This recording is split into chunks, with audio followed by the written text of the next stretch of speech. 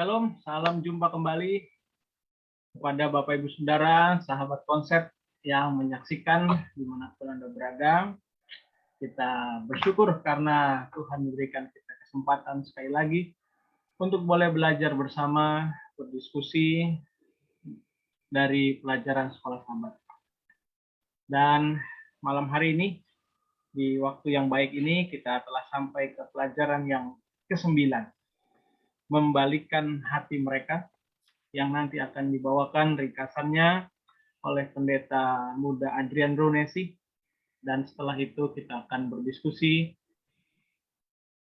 Dan karena waktu diskusi yang baik itu, bila mana Bapak Ibu Saudara, sahabat konsep punya tanggapan ataupun pertanyaan, silahkan tuliskan di kolom komentar, sehingga kita boleh belajar bersama-sama. Baik, saat ini kita akan awali dengan doa, dan pendeta Matias Tanii akan memimpin kita dalam doa buka. Mari kita bersatu dalam doa. Bapa kami di sorga, pada petang sore hari ini kembali lagi Tuhan. Kami mau bersyukur oleh karena kesempatan waktu yang baik Tuhan berikan kepada kami. Kami akan sama-sama belajar pelajaran sekolah sahabat. Dan pada kesempatan saat ini Tuhan, kami butuh urapan Roh Kudus menjadi bahagian kami semua. Baik yang mendengarkan secara khusus hamba Tuhan pendeta muda Adrian Runesi yang akan menyampaikan pelajaran ringkasan. Biarlah berkat Roh Kudus Tuhan akan menuntunnya. Sehingga dengan demikian kami yang mendengarkan juga akan mendapatkan pengertian yang baik. Dan roh yang sangat menolong kami untuk menghidupkan kehidupan kami. Bapa di sorga, kami juga berdoa untuk kelancaran semuanya, sinyal, peralatan yang digunakan sehingga semuanya boleh berjalan dengan baik dan lancar sampai nanti selesai. Terima kasih banyak Tuhan bersama-sama dengan kami sementara kami belajar Tuhan. Mohon ampuni kami Tuhan, di dalam nama Yesus kami berdoa. Amin. Amin. Dan untuk beberapa menit ke depan ini, kita akan berikan waktu kepada pendeta muda Adrian Runesi untuk memberikan pemaparan, ringkasan yang akan mengawali diskusi kita. Silahkan kepada pendeta muda Adrian Runesi. Baik, selamat bergabung bersama dengan kami kepada para sahabat konsep, khususnya di dalam diskusi sekolah sahabat. Saat ini saya akan membawakan sedikit pemaparan daripada inti-inti daripada pelajaran sekolah sahabat sebelum nanti kita akan diskusikan di dalam live Zoom ini yang di-live-kan di Facebook dan juga nanti akan di-upload di YouTube.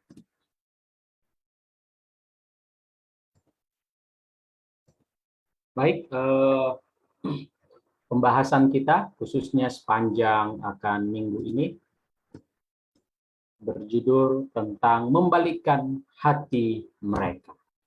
Ayat hafalannya kita bisa lihat di dalam pelajaran kita, di dalam Alkitab, Ulangan 4 ayat 29, dan baru di sana engkau mencari Tuhan, Allahmu, dan menemukannya, asal engkau menanyakan dia dengan segenap hatimu dan dengan segenap jiwamu. Ulangan 4 ayat 29.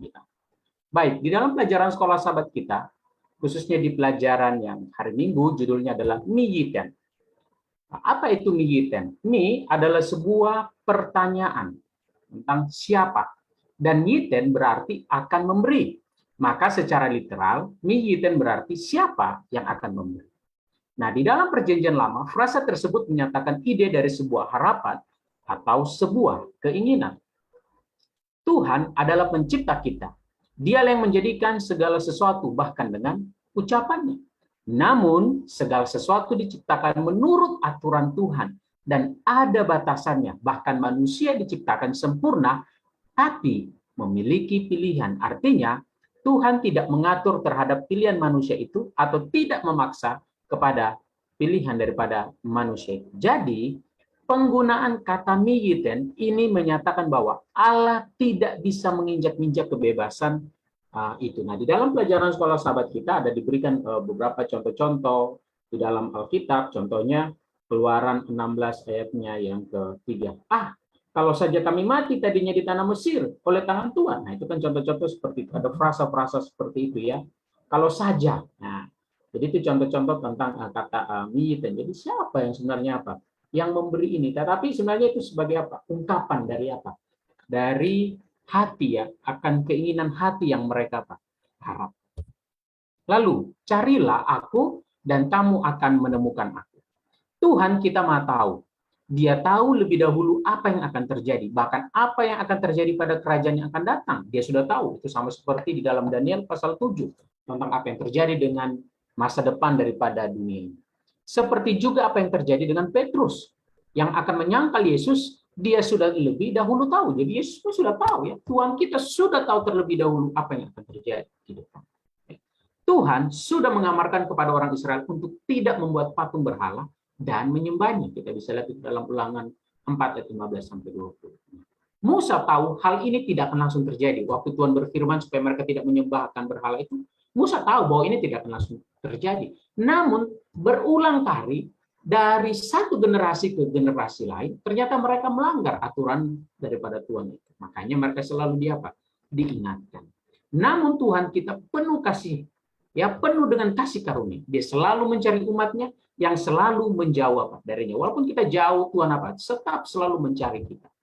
Ulangan 4 ayat 30 berkata, apabila engkau dalam keadaan terdesak dan segala hal ini menimpa engkau di kemudian hari, maka engkau akan kembali kepada Tuhan Allahmu dan mendengarkan suaranya. Jadi Tuhan memberikan janji. Kalau kita suatu saat mungkin punya masalah, maka carilah Tuhan, maka Tuhan akan menerima kita kembali. Nah, manusia itu selalu akan kembali. Ini sifat manusia.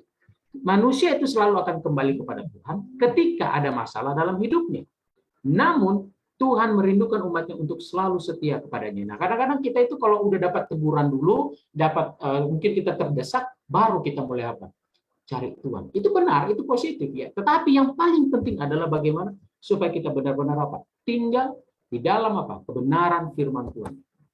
Pelajaran kita juga berjudul tentang Teshuva. Nah, Teshuvanya apa?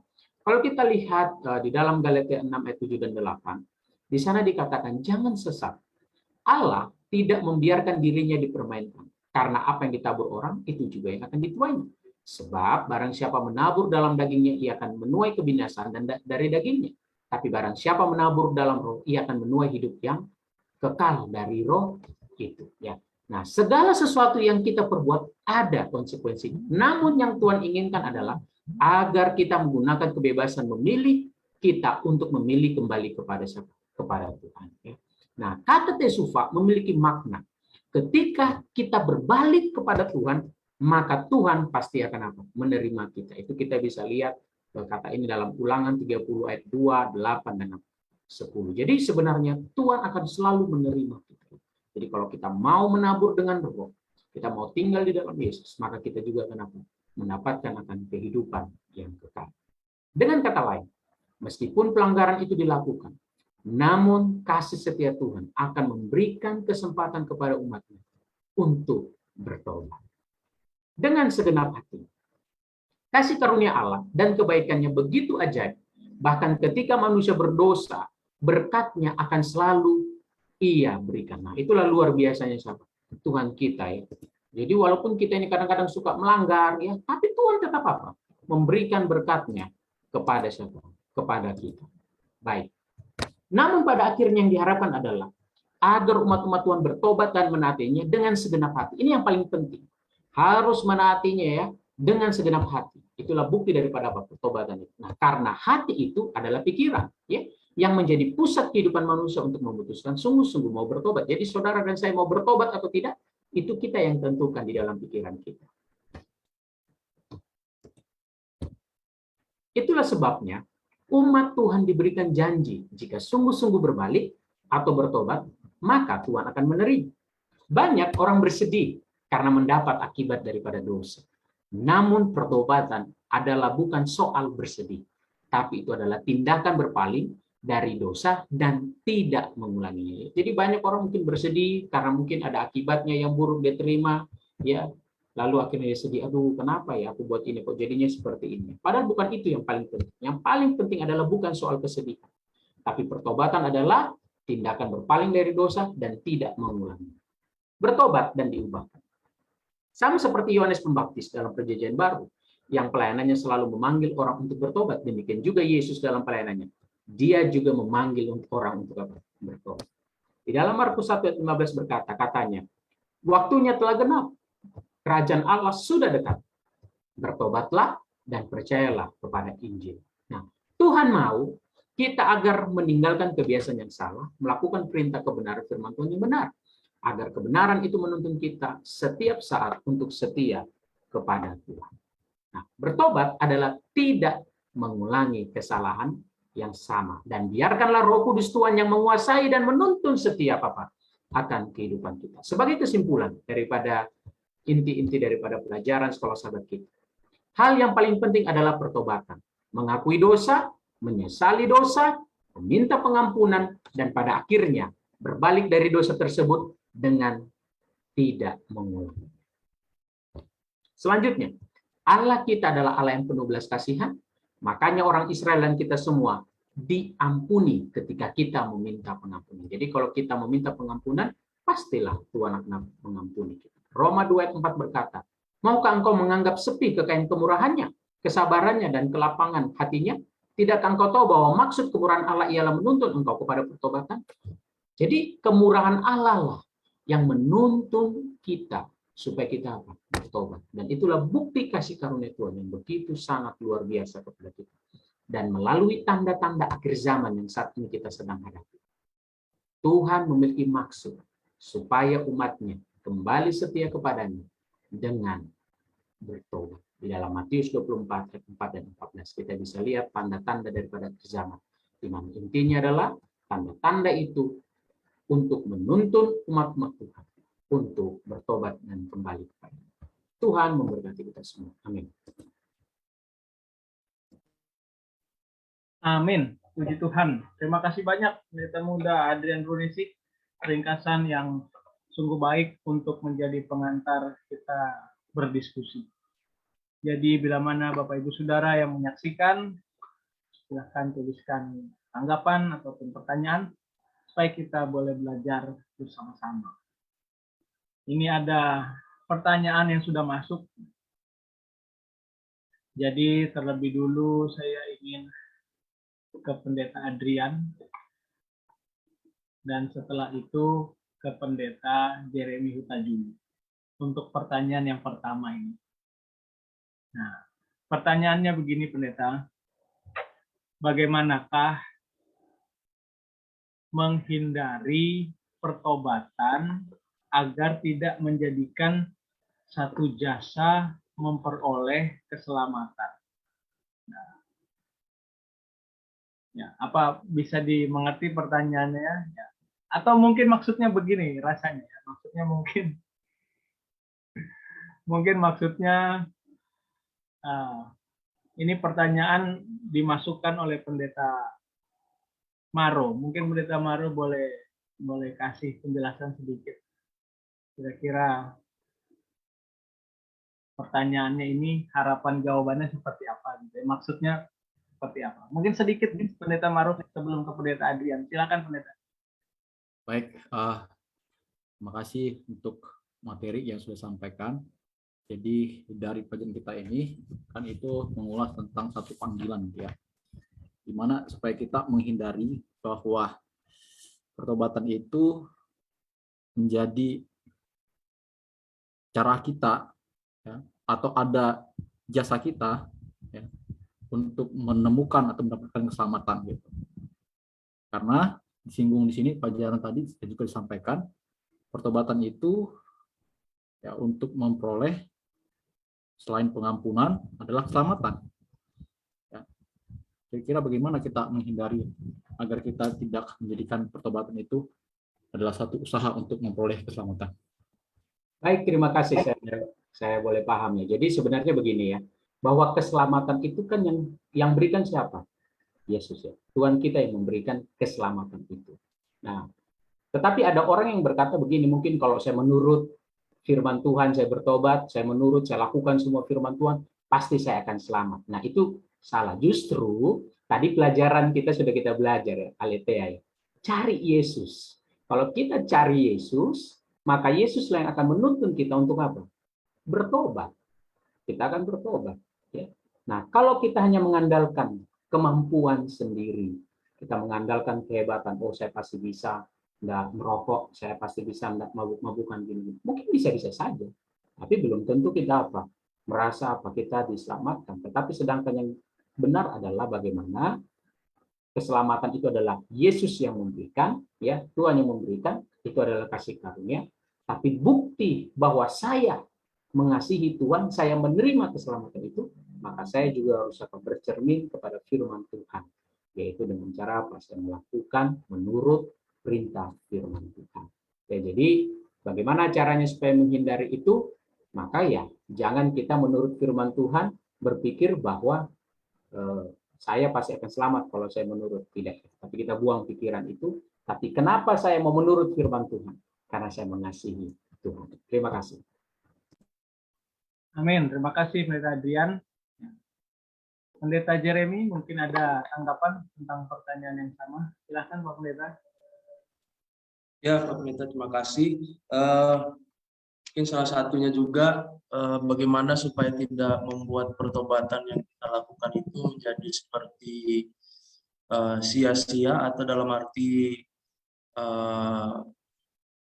terlalu gampang, ataupun kita bilang, mungkin orang bilang kasih murahan begitu ya, sehingga seperti mudah tinggal buat salah, bertobat sebentar, kasih selamat.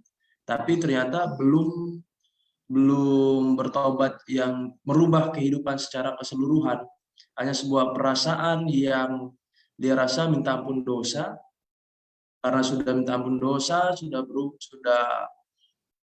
memohon ampun, pasti diampuni, pasti diselamatkan, sehingga terkesan momen pertobatan itu tidak digunakan sebaik-baiknya dan hanya sebagai ya sudah, yang penting sudah minta ampun dosa, pasti Tuhan selamatkan. Dari situ mungkin saya memberikan masukannya supaya kita boleh mengingat bahwa ketika Tuhan memberikan kesempatan pertobatan untuk kita semuanya, Tuhan memberikan panggilannya terus-menerus, Roh Kudusnya terus memanggil kita untuk menyadari apa-apa kekurangan kita dan datang kepada Tuhan. Biarlah itu kita gunakan dengan sebaik mungkin, seperti itu adalah harta yang mungkin atau kesempatan yang mahal, sehingga kita bisa hargai pengorbanan dan juga kesempatan di mana Tuhan selalu memberikan kepada kita jalan untuk keselamatan. Jadi kuncinya tadi untuk menghargai setiap kesempatan untuk pertobatan yang ada yang Tuhan berikan pada kita. Terima kasih. Amin. Terima kasih banyak Pendeta Jeremy. Nah, sekarang kita lanjut ke pertanyaan yang kedua. Pertanyaan yang kedua, kita ke Pendeta Edwin lebih dahulu, baru nanti ke Pendeta Adrian. Pertanyaan kedua begini, Pendeta. Jadi kan kita bicara banyak tentang pertobatannya. Lalu, apa langkah-langkah yang benar gitu ya, dan yang harus dilakukan? Kenapa? Karena supaya ya kita ini yang berdosa, manusia ini, kita ada jaminan gitu. Kalau udah ikuti langkah-langkah yang benar, pertobatan yang benar, Tuhan pasti terima pertobatan kita. Langkah praktisnya kira-kira seperti apa, Pendeta? Silakan Pak Pendeta. Baik, terima kasih atas pertanyaannya, pertanyaan yang baik. Bagaimana langkah-langkahnya supaya kita bisa diterima pertobatan kita?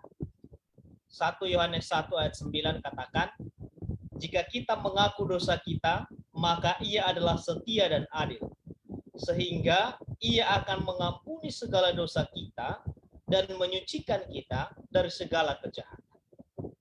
Jadi, firman Tuhan katakan kepada kita pada malam hari ini, yang pertama, supaya kita diampuni dosa kita, harus kita akui dulu dosa kita di hadapan Tuhan.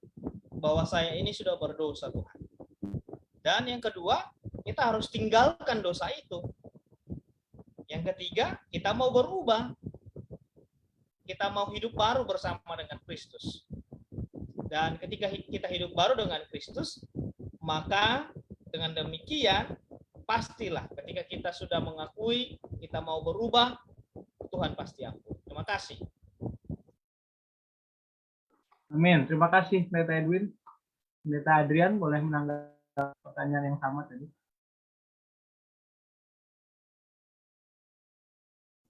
Baik, terima kasih ya. Menyambung tadi dari Pendeta Edwin ya.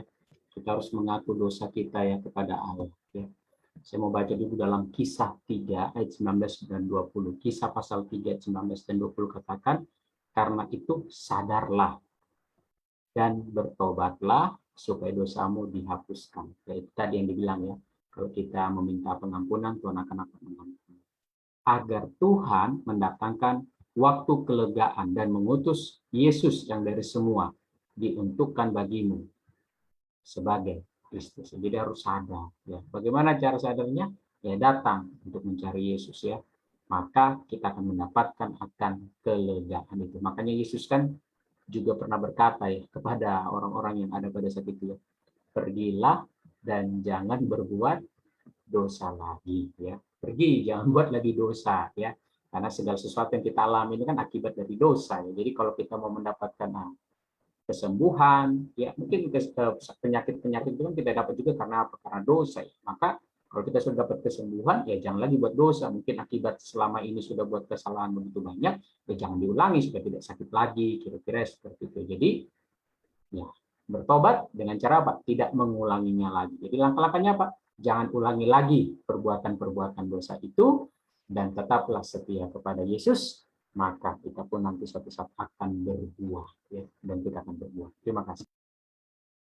Amin. Terima kasih Pendeta Adrian. Mungkin kita ke Pendeta Pardosi terlebih dahulu, Pendeta, menanggapi dua pertanyaan di awal tadi. Kira-kira bagaimana kita melihatnya, Pendeta? Baik, terima kasih ya atas pemaparannya dan juga terima kasih kehadiran sahabat-sahabat konsep di Facebook dan juga para pendeta muda. Materi yang disampaikan pendeta muda Adrian Rumesi. Nah, ini menarik saudara membahas tentang pertobatan ini ya. Karena terkadang kita ini agak susah memahami tentang bertobat dan menyesal. Pertobatan itu sederhananya adalah dia siap untuk menanggung konsekuensi kesalahan.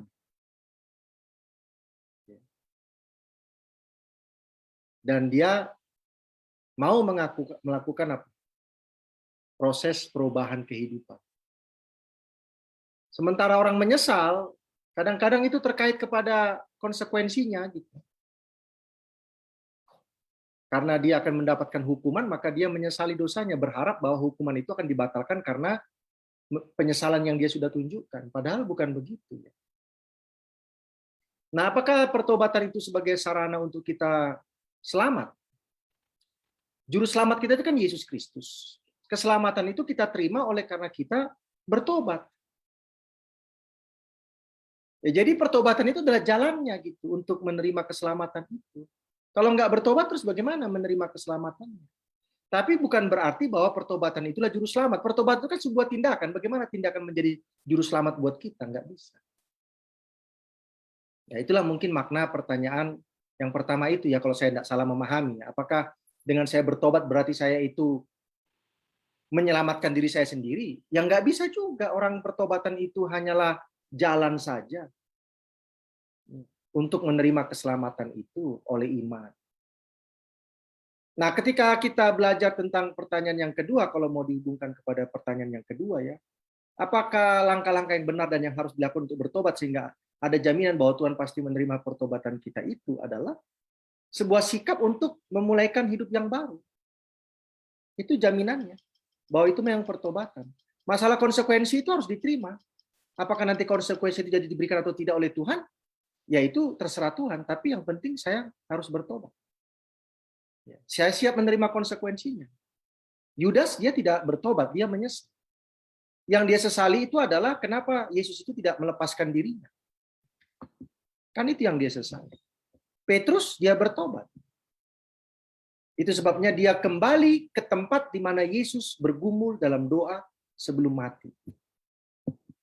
Dia pergi ke tempat yang sama, Taman Getsemani. Kalau Yudas kan dia perginya beda. Dia perginya menemui orang-orang Farisi lalu melemparkan itu uang. Jadi di sini yang harus kita pahami apa artinya bertobat dan menyesal. Seringkali kita menyesal gitu. Di depan polisi mungkin kita, saya menyesal Pak, saya sudah mencuri, tapi jangan dimasukin ke penjara ya Pak. Itu bukan bertobat itu. Itu levelnya menyesal. Dia menyesal supaya hukumannya tidak jadi. Kalau orang bertobat, hukumannya dia akan terima dengan sukacita, nggak ada masalah. Karena memang saya sudah bersalah dan orang yang bersalah itu patut menerima hukuman. Dan di dalam proses menjalani hukuman itulah dia tunjukkan sebuah perubahan sikap. Orang yang bertobat, dia tidak akan melawan lagi. Tidak akan. Dia akan lebih banyak menggunakan waktunya untuk mengevaluasi dirinya tentang perbuatan yang sudah dia lakukan. Demikianlah yang saya bisa kasih jawabannya. Terima kasih. Amin. Amin. Terima kasih banyak, Pendeta. Kita dapat pengertian yang sangat baik ya tentang penyesalan dan pertobatan. Kita lanjut ke pertanyaan berikutnya. Pertanyaan ketiga sekarang ya. Nanti ke Pendeta Adrian Runesi lebih dulu, baru ke Pendeta Matias tadi. Nomor 3, pertanyaannya begini. Terkait dengan momen pertobatan, bagaimana menanggapi kalimat atau kondisi seperti ini? Tunggu parah dulu baru bertobat. Ayat inti Ulangan 4:29 juga katakan, baru di sana engkau mencari Tuhan. Nah, bagaimana ini menanggapinya? Silahkan. Baik, terima kasih ya. Soal parah atau tidak parahnya akibat dari perbuatan dosa itu kan yang menilai manusia, kan menilai, oh ini sudah parah banget, oh ini parah, kira-kira begitu ya. Tapi saya teringat kepada pelajaran-pelajaran kita beberapa waktu yang lalu kita pernah menyinggung bahwa kadang-kadang orang itu kalau mau bertobat tunggu dulu sampai titik nol, tunggu dulu yang paling parahnya gimana. Ya memang itu lumrah begitu atas pertanyaan tadi, memang itu lumrah seperti itulah manusia. Dia akan bertobat kalau memang sudah merasa sudah parah banget ini. Nah, tapi bersyukur kalau dia bertobat, yang cilakanya kalau enggak masih mau bertobat juga ya. Jadi tidak ada masalah dengan ayat ini, tetapi pada prinsipnya adalah ketika ada teguran-teguran seperti itu adalah teguran-teguran kasih dari Tuhan untuk membuat kita sadar untuk apa? Untuk bertobat. Tapi pada prinsipnya kalau saat ini Roh Kudus masih bekerja mengatakan kita bertobat, mari kita dengarkan itu. Jangan dulu nanti sampai kehilangan anak, kehilangan harta dan semuanya, jangan dulu ya sampai situ ya. Tapi pada prinsipnya kalau kita masih punya waktu saat ini untuk bertobat, mari.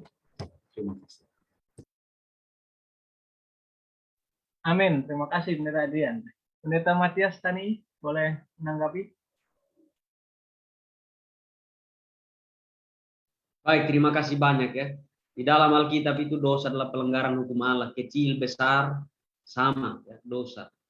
Dan saya pikir ketika kita manusia yang sering berkompromi, ini kan dosa kecil, buat aja terus, nanti baru nanti baru bertobatnya nanti ya. Tetapi kita harus ingat bahwa semakin lama dosa ini dibiarkan, maka semakin lama kita akan mencintai apa itu dosa dan akan susah untuk, kalau bahasa milenial, susah untuk move on ya. Sehingga bagi saya mau dosa itu kecil, besar, di mata Tuhan tetap dosa. Dan kalau kita baca dari pertanyaan ini ya, Ulangan 4 ayat 29, jangan lupa ya, di ayat 27, 28 ayat sebelumnya menjelaskan bagaimana sampai parah sekali Israel itu apa? Diserak-serakan sama Tuhan, baru mereka sadar.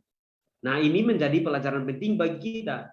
Jangan tunggu Tuhan membuat kita sampai payah dulu. Sampai susah dulu baru kita mau sadar akan dosa kita. Tapi mulai sekarang, contoh sederhana, berbohong saja, kita harus tinggalkan itu. Apapun itu, dosa apapun itu. Ya, kira-kira menentang Tuhan, kita perlu belajar. Karena kalau dari kecil saja kita tidak bisa belajar untuk meninggalkan, yang besar kita akan anggap biasa. Dan akhirnya akan menjadi sebuah tabiat mencintai dosa ketimbang membenci dosa yang seharusnya kita lakukan dalam kehidupan kita. Terima kasih. Amin. Terima kasih Pendeta Matias. Ya. Kita lanjut ke pertanyaan yang berikutnya. Ini pertanyaan dari Facebook Jadi terima kasih Bapak Ibu Saudara, sahabat konsep yang sudah bergabung. Ini pertanyaan dari Bapak Roy Situmorang. Ya, saya kenal, jadi saya biasanya panggil Bang Roy. Terima kasih Bang Roy sudah bergabung. Ini pertanyaannya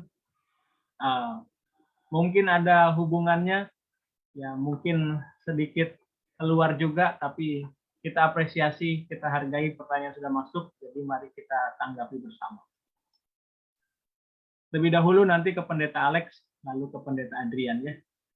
Pertanyaan dari Bang Roy dari Facebook. Apakah memakan daging halal itu sesuatu pelanggaran, Pak Pendeta? Karena ada tulisan Nyonya White mengatakan demikian yang dibagikan oleh saudara Davidian. Ya, mungkin Pendeta boleh tanggapi, silakan Pak Pendeta. Baik, terima kasih untuk sahabat konsep yang boleh bertanya. Ini Bapak Situmorang ya, pendeta dari Kia yang boleh bertanya.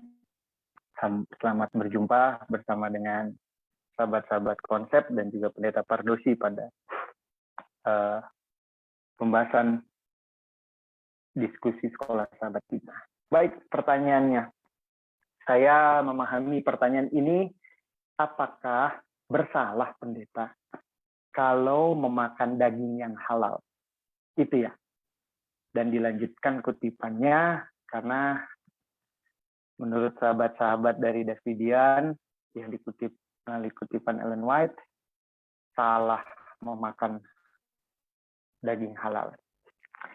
Saya sih tidak mau bilang salah tidaknya, tapi saya mau Bapak Situmorang membaca ayat yang paling sedikit bisa memberikan dasar penjelasan sehubungan dengan kata memakan yang halal dan yang tidak halal atau haram. Kalau ngomongin dosa atau salah ya Pak ya, kalau ngomongin dosa kan, dosa itu adalah pelanggaran akan hukum Allah. Ya kalau salah adalah pelanggaran dari apa yang Allah telah buat. Nah begitu. Nah paling sedikit saya cepat saja dari buku yang saya dapati dalam buku Kejadian, prinsip mengenai makanan. Kalau Bapak mau dapati lebih baik lagi, Bapak bisa lihat pelajaran-pelajaran konsep sebelumnya untuk berbicara mengenai konsep makanan-makanan halal dan haram, karena waktu itu saya pernah dengar dari pendeta Jimmy Huta Barat, waktu kita boleh berdiskusi Alkitab, dia menyampaikan mengenai makanan haram, atau judulnya nanti Bapak ketik saja di YouTube Konsep atau di Facebook Konsep, dikatakan di sana apakah babi haram dan halal. Nah, di sana ada ayat-ayat dasar yang menjelaskan bagaimana Bapak bisa dapati sehubungan dengan pertanyaan Bapak ini. Tetapi saya meringkaskan secara sederhana di dalam buku Kejadian, pasal 1 ayat 29, Kejadian pasal 3 ayat yang ke-18, dan Kejadian pasal yang ke-9, ayatnya yang ketiga dan yang keempat. Di sana ada level dari makanan yang dapat atau prinsip makanan yang boleh diberikan oleh Tuhan kepada manusia. Yang pertama itu biji-bijian, yang kedua itu disampaikan Kejadian 1 ayat 29 sebelum manusia jatuh dalam dosa, dan setelah manusia jatuh dalam dosa, Kejadian 3 ayat yang ke-18, dan peristiwa setelah air bah selesai, maka Tuhan mengizinkan makanan yang boleh disampaikan dalam Kejadian pasal yang ketiga adalah semua yang bergerak, yang hidup akan menjadi makananmu, yang telah memberikan semua itu kepadamu, seperti juga tumbuh-tumbuhan hijau. Hanya daging yang masih ada nyawanya, yakni ada darahnya, janganlah kamu makan. Nah, jadi konsep ini yang saya bisa berikan kepada Bapak sehubungan dengan kalau dikatakan salah atau enggak, ya jawabannya berdasarkan ayat ini tidak. Ya begitu ya. Tidak salah memakan daging menurut Kejadian pasal 9 ayat yang ketiga, karena daging halal itu yang juga dicatatkan dalam Imamat pasal 11, Tuhan izinkan untuk itu bisa dimakan. Nah, perihal kutipan-kutipan yang mungkin boleh didapati Bapak melalui orang yang boleh disampaikan, kita cek dulu kutipan itu bertujuan dan bermaksud untuk memberikan penekanan apa. Kalau misalkan kita boleh dapati, nanti kita akan boleh jelaskan lebih lanjut. Bapak bisa chat personal ke sahabat-sahabat konsep dan juga pendeta Pardosi ya, untuk mendapatkan penjelasan lebih baik. Karena ini memang beda part ya, Pendeta Riki ya, dalam belajar sekolah sahabatnya. Tapi kita akan memberikan waktu untuk itu. Dan prinsip dasar yang tadi saya sudah sampaikan untuk menjawab pertanyaan Bapak Tumorang. Terima kasih, Tuhan berkati. Amin. Terima kasih tanggapannya Pendeta Alex. Mungkin Pendeta Adrian ada tanggapan singkat tentang itu? Silahkan jika ada. Jangankan yang apa? Sorry, yang baik aja ya, yang bukan makanan daging aja, kalau itu berlebihan aja itu udah salah. Jadi jangan dikutip juga setengah-setengah. Jadi apa yang dikatakan hamba Tuhan Nyonya White itu benar. Jika kita makan itu berlebihan, ya kadang-kadang itu mempengaruhi karakter kita juga. Ya. Jadi seperti apa? Tapi pada prinsipnya adalah bahwa mari kita jaga kesehatan kita, jaga pola makan kita dengan baik dan benar, maka biarlah nanti Roh Kudus Tuhan yang akan menuntun setiap pikiran-pikiran kita. Ya, jadi bagaimana dengan kutipan-kutipan hamba Tuhan Ellen G. White? Apakah itu salah atau benar? Itu benar semua. Itu benar. Ya. Tetapi jangan sampai juga karena ada saudara-saudara kita yang masih makan daging dan daging halal ya, lalu kita menghakimi mereka. Jangan seperti itu. Tapi mari kita juga yang masih makan, mari kita kurangi perlahan-lahan supaya kita boleh tetap dalam pola hidup yang sehat. Terima kasih. Terima kasih Pendeta Adrian. Saat ini kita ke Pendeta Pardosi. Pendeta mungkin boleh sekalian menanggapi dua pertanyaan tadi. Yang pertama tentang tunggu parah dulu baru bertobat. Nah, bagaimana tentang itu? Lalu mungkin boleh tanggapi juga pertanyaan yang barusan dari Bapak Roy Situmorang. Silakan Pak Pendeta. Baik, terima kasih ya. Pengalaman Nebukadnezar itu menjadi teladan bagi kita bahwa apakah kita harus menjadi seperti seekor binatang 7 tahun baru bertobat. Karena amarannya sudah diberikan 1 tahun sebelum. Itu sebabnya Daniel mengartikan mimpi pohon yang ditebang itu, langsung meminta Nebukadnezar untuk bertobat, meninggalkan segala dosa-dosanya. Tetapi sang raja itu tidak mempedulikan itu, sehingga pada akhirnya 1 tahun kemudian dia betul-betul menunjukkan kesombongannya dengan berkata, bukankah ini Babel yang aku bangun itu? Padahal Tuhan yang membuat Babylon itu menjadi besar. Dan akhirnya dia menjadi seperti seekor binatang selama 7 tahun, dan setelah itu dia bertobat. Nah, dalam kehidupan ini saudara-saudara memang mungkin harus ada yang seperti itu menjalani. Tapi ada juga yang tidak perlu seperti itu. Ya, kenapa kok sampai harus seperti itu beratnya dijalani baru dia bertobat? Karena mungkin panggilan-panggilan yang sederhana itu tidak dihiraukan selama ini. Amaran-amaran konsekuensi dosanya yang kecil-kecil yang dia sudah lakukan itu dia tidak hiraukan. Karena dianggap itu biasa saja dan itu dianggap sebagai ya konsekuensi atau alamiah lah begitu. Ya, akhirnya semakin berat kan. Tetapi dalam hukuman yang berat itu pun Tuhan masih menunjukkan kasih karunia-Nya. Dan itulah pengalaman siapa? Nebukadnezar. Pertanyaan yang terakhir ini tentang kutipan Ellen G. White ya. Nah, karena tidak disampaikan di sini kutipannya bagaimana, jadi saya hanya kasih saran begini aja. Nanti saya bacakan kutipannya ya. Membaca tulisan Nyonya White itu harus mengerti tentang konteks di mana kutipan itu disampaikan, kepada siapa kutipan itu disampaikan. Apa latar belakang kutipan itu atau pernyataan itu disampaikan. Kalau 3 hal ini sudah dicek baik-baik, maka kita boleh tiba kepada sebuah kesimpulan apa sebenarnya makna tulisan itu bagi kita. Ini sama seperti ketika saudara membaca Alkitab, khususnya Perjanjian Lama. Kalau saudara membaca Alkitab Perjanjian Lama itu, maka saudara harus bisa memahami 4 hal yang penting.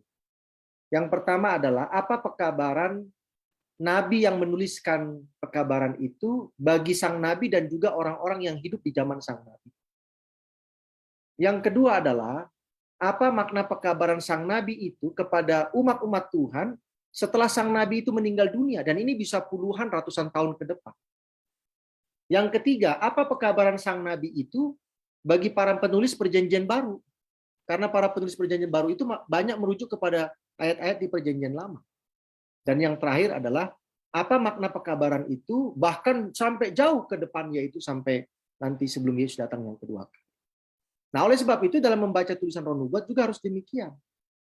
Apa makna perkataan atau kalimat itu kepada orang-orang di zaman Ellen G. White, kepada orang-orang setelah Ellen G. White itu tidak ada lagi, sudah meninggal dunia, dan sampai sekarang.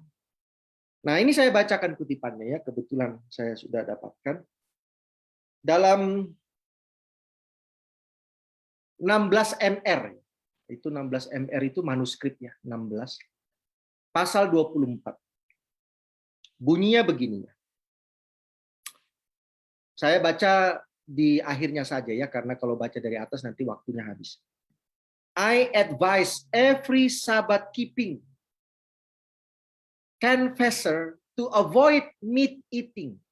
Jadi saya menyarankan kepada semua pemelihara hari Sabat untuk menghindari makan daging. Not because it is regarded as sin to eat meat.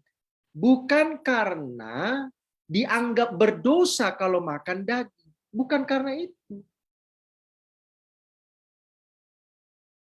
But because it is not healthful. Tetapi karena makanan daging itu tidak lagi menyehatkan. Nah, kalau saudara baca tulisan-tulisan Ellen G. White, banyak orang meninggal, banyak orang sakit tanpa diketahui penyebabnya, padahal penyebabnya itu adalah karena makanan daging yang sudah tidak sehat yang dia makan itu. Karena binatang-binatang itu mungkin ada yang disuntik supaya cepat besar, mungkin yang dimakan itu tidak lagi sehat, dan lain sebagainya.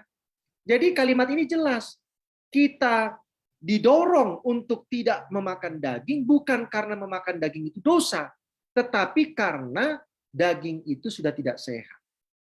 Lalu bagaimana kalau saya memelihara sendiri dagingnya? Contohnya saya punya ayam sendiri, saya punya sapi sendiri, saya ternakkan sendiri. Ya, kalau saudara dan saya bisa menjamin bahwa itu sehat, ya nggak ada masalah. Karena kita dianjurkan untuk tidak makan daging, bukan karena makan daging itu dosa, tapi karena tidak apa? Tidak sehat. Mudah-mudahan ini bisa menjawab apa yang disampaikan oleh penanya kita dari Facebook. Ya, karena kita tidak dapatkan kutipan yang berkata bahwa makan daging itu dosa. Ya, tapi kalau nanti bisa didapatkan, boleh dibagikan kepada Kohen ini supaya nanti kita kasih pemahamannya bagaimana. Terima kasih banyak. Amin. Terima kasih banyak Pendeta Pardosi, jawaban yang menjawab pertanyaan-pertanyaan yang tadi. Kita ke pertanyaan yang berikut. Ini lebih dahulu Pendeta Jeremy boleh menanggapi, baru kita ke Pendeta Adrian lagi. Pertanyaannya begini, Pendeta. Di pelajaran hari Senin, ketika ada cerita tentang Petrus, Tuhan tahu dan bahkan Tuhan sampaikan bahwa Petrus akan menyangkal. Nah, apakah memang tidak ada kesempatan untuk Petrus untuk tidak menyangkal? Kan ada waktu ya sampai akhirnya genap nih yang Yesus sampaikan. Atau memang Yesus membiarkan hal itu untuk harus terjadi? Atau mungkin yang ketiga, bagaimana cara kita melihat cerita ini dari sudut pandang yang benar ya? Silakan Pak Pendeta Jeremy boleh menanggapi. Terima kasih Pendeta dan juga Bapak ataupun Ibu yang sudah bertanya. Di buku sekolah Sabat kita, setelah penjelasan tentang Petrus itu ada sebuah penjelasan yang dituliskan bahwa Tuhan mengetahui akhir dari permulaan. Kemahatauannya sebelum itu terjadi, bahkan tentang pilihan-pilihan bebas kita, tidak ada sangkut pautnya dengan kebebasan dari pilihan-pilihan itu. Yang artinya, cara pandang yang harus kita lihat adalah ya menerima bahwa fakta itu keadaannya seperti itu. Artinya Tuhan Yesus itu dengan kemahatauannya, dia sudah memberitahukan terlebih dahulu apa yang akan terjadi. Tanpa mengintervensi ataupun menutup hak kebebasan memilih dari Petrus. Dalam artian begini, ketika Yesus sudah sampaikan, berarti ini sudah pasti bakal terjadi dan Petrus tidak akan bisa menyangkal, tidak akan bisa berbuat yang bertentangan dengan apa yang Yesus sampaikan. Karena yang Yesus sampaikan adalah sesuatu yang akan terjadi, tapi dia tidak bisa mengintervensi hak kebebasan memilih dari manusia itu sendiri. Karena tadi Pendeta Riki juga sampaikan, mungkin bagaimana kalau dari saat Yesus menyampaikan itu, kan masih ada waktu. Kenapa Petrus tidak bertobat aja gitu ya? Mungkin berjaga-jaga supaya paling tidak Petrus ini tidak menyangkali Yesus. Pertanyaan yang sama kita bisa sampaikan juga dengan di Alkitab sudah dituliskan. Ada orang yang akan selamat, itu orang yang percaya dan menerima Yesus, orang yang mengikuti jalan-jalan Tuhan akan selamat. Ada juga orang yang akan binasa. Kalau mereka tidak menyembah Tuhan dengan benar, tidak percaya, dan hidup jauh daripada Tuhan, melanggar daripada perintah-perintahnya. Kita bisa ambil sedikit hal yang sama, dalam arti kenapa kalau sudah dibilang seperti itu, kenapa kita tidak memilih jalan yang benar saja seperti itu. Namun sekalipun Tuhan sudah memberitahu akhirnya, bahkan mungkin pada saat itu baru mulai, bukan berarti kebebasan memilih itu tidak ada, sehingga seakan-akan kalau Tuhan sudah bilang seperti itu, manusia tidak bisa berbuat apa-apa lagi, dalam arti hak kebebasan memilihnya ditutup oleh Yesus sendiri ketika Yesus berbicara kepada Petrus ini. Jadi ini mungkin dilihat sebagai salah satu cara Tuhan untuk menolong muridnya untuk bertobat. Dalam arti ya ketika dia dalam keadaan yang salah, Yesus sudah memberitahu terlebih dahulu, artinya Yesus tetap memberikan kesempatan untuk Petrus ini bisa menyadari kesalahannya, dan akhirnya dia pun keluar menjadi seorang murid yang bertobat, yang mau mencari Yesus dan mengakui kesalahannya. Mungkin seperti itu Pak Pendeta. Amin. Terima kasih Pendeta Jeremy. Pendeta Adrian, silahkan boleh menanggapi. Setelah itu kita nanti ke mungkin sebelum saya Pendeta Pardosi dulu, sepertinya karena Pendeta Pardosi harus melayani di Zoom lain. Silakan. Terima kasih ya, karena waktu diberikan, jadi saya kasih sejenak, nanti saya boleh undur diri, nanti saudara-saudara bisa teruskan. Nah, kalau kita lihat ayat hafalan kita ini kan cari ya, berarti ada sesuatu yang sudah hilang. Bukan Tuhan itu menghilang dari kita, tetapi kita yang sudah hilang dari itu. Oleh sebab itu kita disuruh apa? Mencari. Nah, kerinduan untuk mencari itu sebenarnya juga adalah pekerjaan Tuhan yang kita terima dalam diri kita. Itu bukan karena keinginan kita, bukan.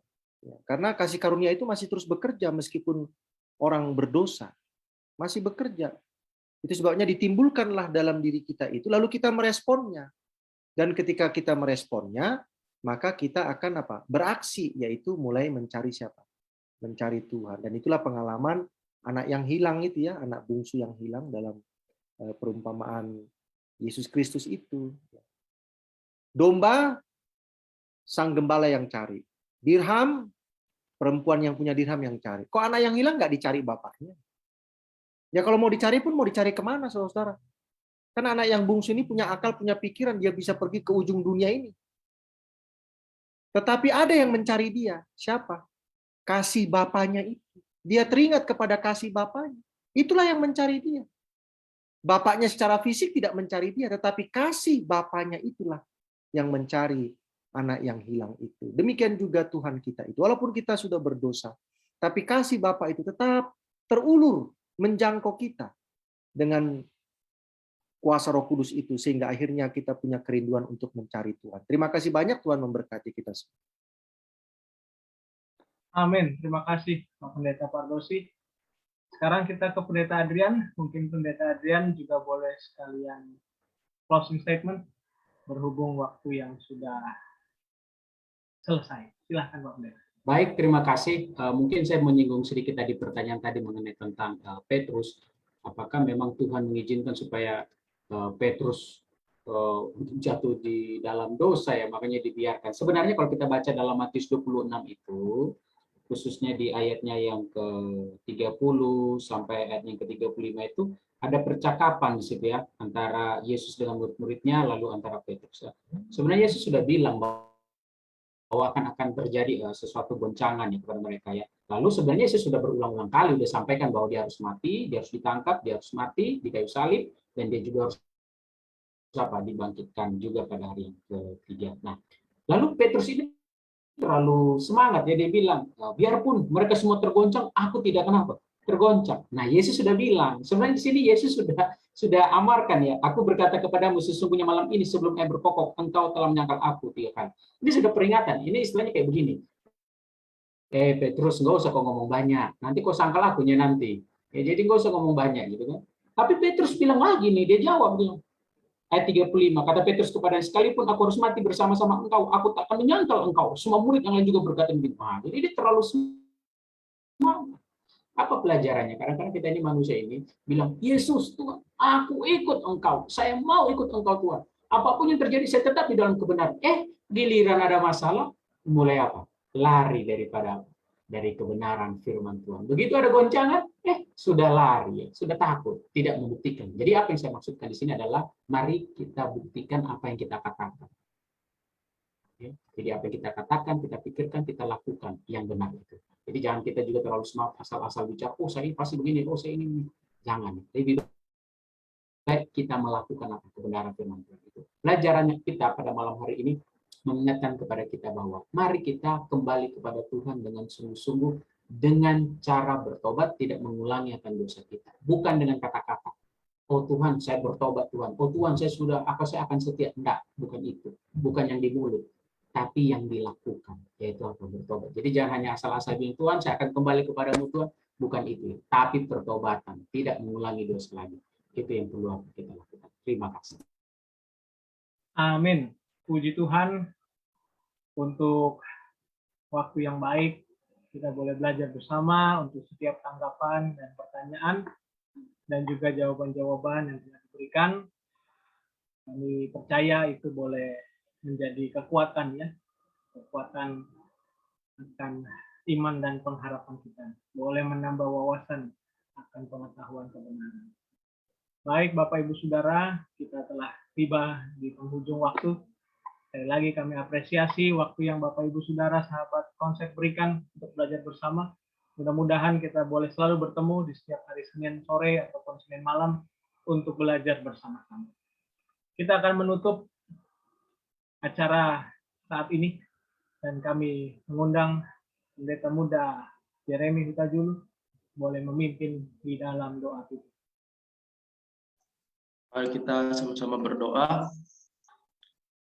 Bapa kami yang berada dalam kerajaan sorga, saat ini kami bersyukur untuk penyertaan Tuhan.